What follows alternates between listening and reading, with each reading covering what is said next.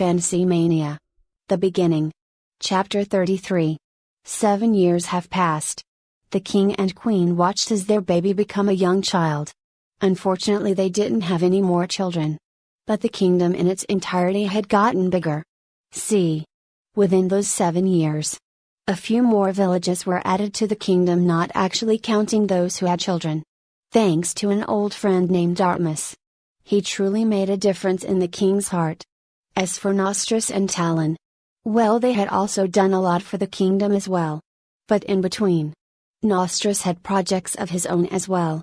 They had actually figured out a way to bring the stars closer.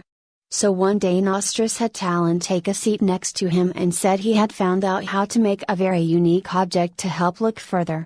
It was a refraction type of object. They could see through it. Then Talon held the piece in his hands and looked at Nostrus. He appeared much bigger. He told him it was really neat. But what do you call this thing? Nostrus thought for a moment and said, let's call it a lens.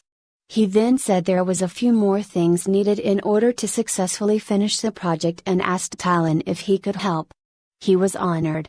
Soon Nostrus began a new set of blueprints.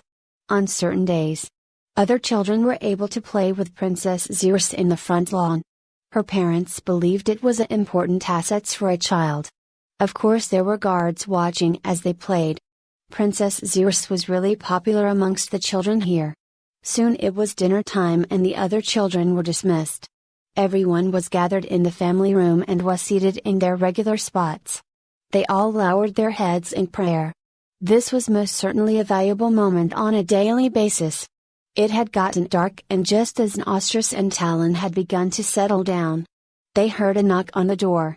Talon said he got it, and opened the door.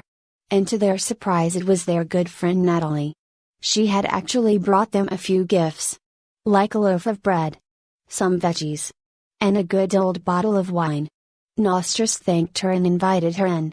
They had talked about the kingdom for a while and eventually started talking about his big project he and Talon had worked on. But we must place our focus on someone else for a moment.